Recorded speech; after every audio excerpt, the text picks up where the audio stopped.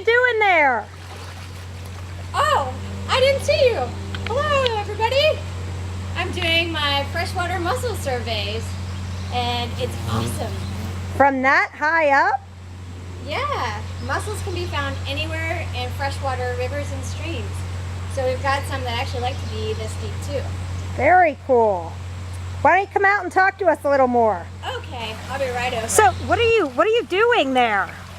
Hey, I'm a malacologist, or what is known as a freshwater mussel ecologist.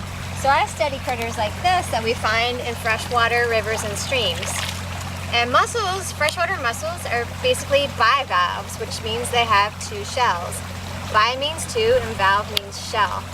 So this is one of the coolest critters that you really don't see underwater. And they embed right in the river substrate and actually have a top and a bottom. So you want to make sure when you see them in the river that you put them back where you're supposed to. But we'll talk about that in just a second. So why mussels? Like why are they important? I heard they're endangered. Yeah, there are about 1,000 species of mussels worldwide. And in North America we have about 300. But this is one of the most threatened and endangered types of animals we have in the United States. And they're so important because historically, long time ago, all our rivers, this size and bigger, used to be covered with just a huge floor of them everywhere. And this was our natural water quality treatment facility right here. So what they do is they filter water and all the pollution that comes in, and then they would spit the water back out and it would be much cleaner. So what do they eat then?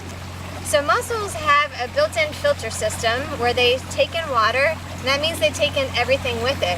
So in their water, they're getting also their food.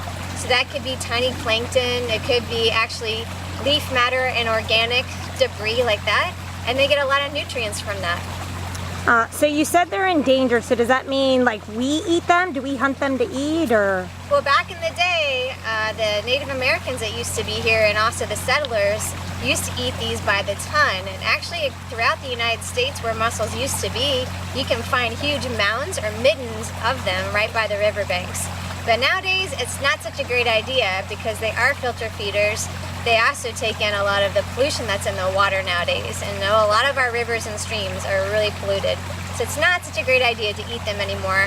And also, these guys, which are pretty precious, they're really protected by our State Department of Pennsylvania's environmental protection. So not a good idea to eat them. So since they're endangered, do we want to reintroduce them to like this stream here?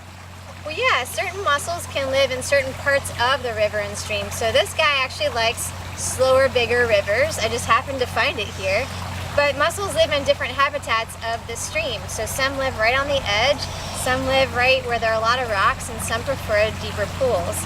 And so yeah, sometimes some of our state malacologists that work to protect them try to grow them and then release them back into the waterways where they used to be so we can grow them again. Cool. So what's their life cycle like? This is one of the coolest life cycles that you'll ever see with an organism. So these guys are kind of like moths, where they go through what's called a metamorphosis. So they'll start off, the mother, there's actually a female and male mussel for most of them, and the female will actually release their glaucidia, or the kind of little spores of baby mussels, but they don't look like the adult mussel, okay? And so what they'll do to release these guys though, is that they'll kind of create some kind of what is called a lure, kind of like a fishing lure. So they'll create something within their gills of the mussel, kind of pop it out, and it'll look like something that a fish wants to eat. But not every fish is going to come by this particular mussel.